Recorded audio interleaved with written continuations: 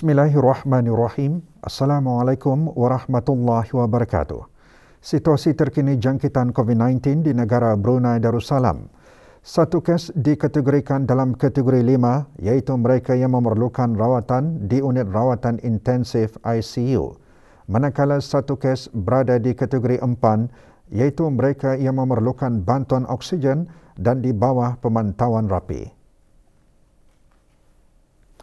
Kementerian Kesihatan dalam siaran medianya melaporkan 103 kes baru dicatatkan kemarin menjadikan jumlah keseluruhan kes kepada 142,079.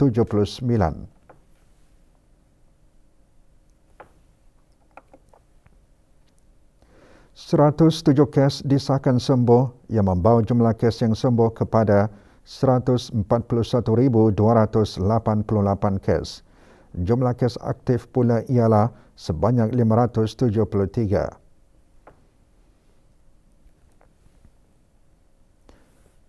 Sementara itu, sehingga 2 Mei 2022, 50.5% dos vaksin telah diberikan kepada kanak-kanak berumur 5 hingga 11 tahun.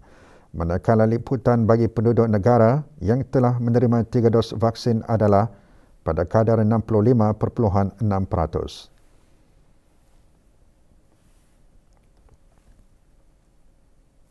Sambutan Hari Raya Aidilfitri kali ini disambut dalam fasa awal endemik yang menyaksikan prosedur operasi standard SOP dilonggarkan. Kemeriahannya tetap dirasakan apabila ahli keluarga terdekat kini boleh berkumpul bersama untuk meraihkannya. Perayaan disambut hampir seperti kebiasaannya dengan masyarakat mengambil peluang bertemu ahli keluarga serta menjamu pelbagai juadah yang enak. Beberapa penduduk di negara ini melahirkan rasa syukur mereka kerana dapat menyambut hari raya seperti lazimnya tetapi dalam norma baharu. Alhamdulillah, kita ni diberikan peluang merayakan Hari Raya Aidilfitri. Cuma yang perlu kita ni ingat mesti masih lagi menjalankan SOP yang tersedia. Alhamdulillah lah. Banyak kelonggaran sudah kan, ada lagi beberapa restriction, so atau kita ni macam dapat alhamdulillah berjumpa keluarga dekat. Alhamdulillah lah diberi kelonggaran untuk membuat rumah terbuka, tapi dengan terhad dalam serumah tu dalam 30 orang. Tuan rumah dah kira, jadi yang 30 orang atas, tu sudah bersyukur rasanya. Ada kurang-kurangnya anak-anak, cucu-cucu apa semua, menantu semua ada. Walaupun tahun ini kurang meriah, namun kita ni sambut sahaja raya tahun ini dengan kemeriahan yang sederhana sahaja. Hari Raya Aidilfitri disambut oleh umat Islam bukan sahaja di negara ini, malah di seluruh dunia. Seperti lazimnya, suasana malam di bulan Syawal bermandikan cahaya lampu-lampu cucul sebagai menggambarkan keceriaan. Hiasan dan kerelipan lampu-lampu cucul menyemarakkan lagi sambutan terbesar dalam kalender Islam. Dalam tinjauan kru RTB, suasana malam di beberapa kawasan komersial diterangi hiasan lampu cucul yang berwarna-warni dalam pelbagai bentuk. Keindahan ini setentunya membangkitkan keceriaan dan kegembiraan serta menyenangkan mata yang memandangnya, khususnya dalam memeriahkan lagi hari kemenangan selepas berpuasa selama sebulan. Sementara itu, dalam usaha menyunting semangat Hari Raya Aidilfitri dan memeriahkan lagi suasana, salah satu syarikat swasta memaparkan struktur dekorasi menarik dan tahun ini menampilkan struktur bunga tradisi berwarna-warni di samping ketupan, bulan sabit dan tulisan Selamat Hari Raya bergemerlapan terutamanya pada waktu malam. Rumah-rumah persendirian juga bermandikan cahaya bergemerlapan dari lampu cucul yang terhias mengikut kreativiti masing-masing. Sebilangan masyarakat di negara ini mempunyai tanda tersendiri dengan penyalaan lampu cucul di rumah yang mana jika lampu cucul masih bernyala, kunjungan masih terbuka.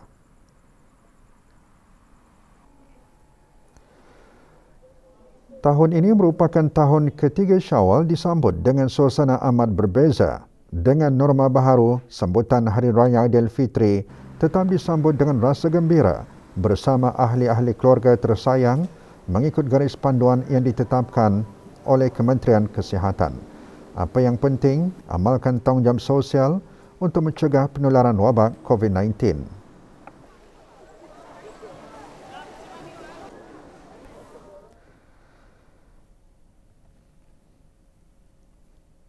Lazimnya apabila tiba hari raya, beraneka jenis juadah terhidangkan kepada tetamu. Bagi masyarakat di daerah Temburong, kuih lapan menjadi juadah istimewa yang mesti ada di hari raya. Diperbuat daripada beras pulut dan santan, lapan dibungkus menggunakan daun silat. Untuk butiran lanjut, Adrian Faizul Saman ada laporannya. Pembuatan lapat memang menjadi tradisi di daerah Temburong. Apabila tiba Aidilfitri, ia dibuat sama ada secara perseorangan ataupun bergotong royong. Lapat diperbuat daripada beras pulut dan santan, selain daun silat sebagai pembungkusnya. Bagi masyarakat di daerah Temburong, sambutan Aidilfitri tidak akan lengkap tanpa lapat. Biasanya, lapat dihidangkan bersama kuah kacang atau rendang daging dan ayam. Lapat ini mesti ada semasa raya, pasal ya makanan tradisi orang dulu. Kalau indah ada lapat ini, ya indah indah lengkap raya itulah bagi kami. Kalau cacah yang paling nyaman macam bagi kami ayam kari, ayam kunyit, daging, cacah daging apa itulah. Aku suka makan lapat pasal ia merupakan makanan tradisi turun-temurun. Asal raya mesti ada. Lapat ini nyaman kalau dimakan sama cacah ataupun kuah kacang, kuah kari. Sebagai hidangan istimewa, lapat setentunya dapat menambahkan lagi kemeriahan Aidilfitri. Bagi memastikan lapat ini terus menjadi juadah utama, kaedah pembuatannya diajarkan kepada generasi muda. Laporan Adrian Faizul Samad untuk Berita RTV. Selamat Hari Raya Aidilfitri. Maaf zahir dan batin. Kembali selepas ini. Assalamualaikum. Apa khabar bis kita? Sihat kita? Alhamdulillah. Kan masa ni tani endemik. Iaitu ni kembali ART ya untuk memantau dari jangkitan COVID-19. Bis kita tahu kan yang tani harus mengikuti semua saranan dan garis panduan dari kerajaan. Ujian saringan ART adalah digalakkan bagi semua pekerja daripada sektor kerajaan maupun swasta. Untuk makluman bis kita, ART adalah efektif, cepat dan boleh dipercayai.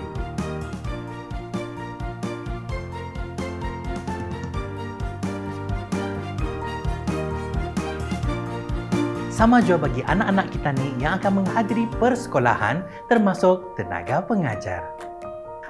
Yang paling penting bagi semua yang ingin menghadiri majlis keramaian. Marilah kita bersama-sama menjaga negara kita ni. Bersama melindungi. Setiap sahaja tibanya Hari Raya Aidilfitri, kuih-muih dan kek sememangnya menjadi tarikan semasa berhari raya.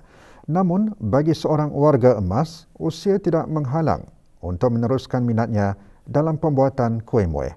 Laporannya bersama Maziah Cini.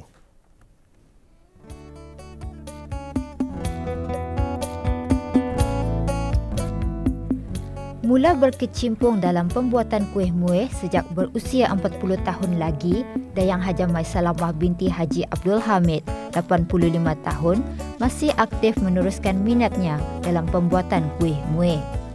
Menurutnya, kemahirannya dalam pembuatan kuih-muih diperolehinya dengan menyertai kelas dewasa dan kelas urusan rumah tangga. Dari umurku 40 lah, sudah kok membuatkan makanan ini. Yang benarnya kami dahulu banyak tempat belajar dahulu banyak balai. Makan apa namanya ni di sekolah-sekolah dahulu ada orang belajar kan, orang sekolahan macam sekolah kedewasaan ni orang yang belajar urusan ni. Ya tah belajar di sana. Pada masa ini, pembuatan kuih-muih mudah diperolehi daripada media sosial. Namun, bagi sebilangan orang, kuih muih buatan orang tua-tua mempunyai rasanya yang tersendiri. Menurut Dayang Haja Mai Salamah lagi, pembuatan kuih muih telah bermula sebelum datangnya bulan Ramadan lagi. Belum lagi puasa lah awal sudah membuat sebabnya puasa berabot juga kan. Dalam bulan Rajab Patu sudah membuat, awal bulan Rajab Patu sudah. Dahulu biskut 20 macam lah. Tapi indah terbuai li kerajat. Dahulu macam-macam.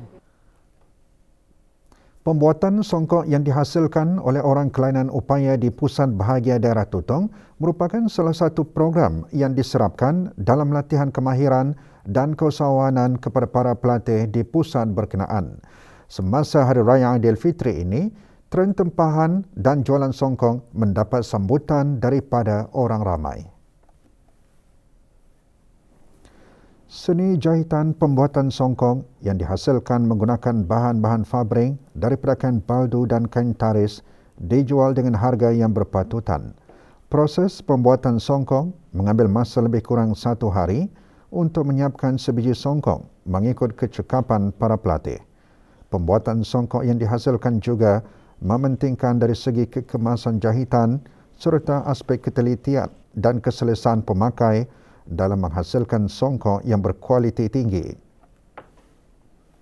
Salah seorang tenaga pengajar di pusat berkenaan melahirkan harapan program latihan yang diserapkan setentunya dapat memberi bimbingan dan meningkatkan latihan asas kemahiran yang kreatif serta memupuk semangat keusahawanan dalam melahirkan orang kelainan upaya yang berdikari, bertanggungjawab dan dapat menyumbang kepada masyarakat.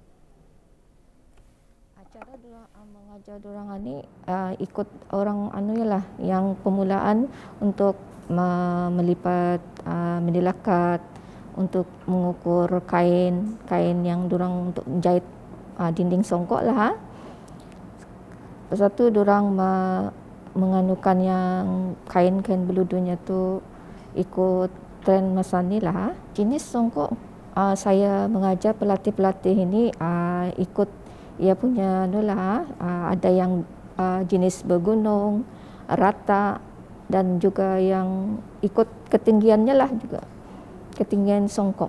Pembuatan songkok dalam 1 hari boleh siap 1 biji lah. Masa time COVID ini kami berlimit untuk menerima tempahan. Kami dijarakkan lah sebab pelatih-pelatih dikurangkan memiliki kelas. Ucapan selamat Hari Raya juga menjadi pengganti diri bagi yang tidak berpeluang untuk bersua muka di bulan Syawal ini.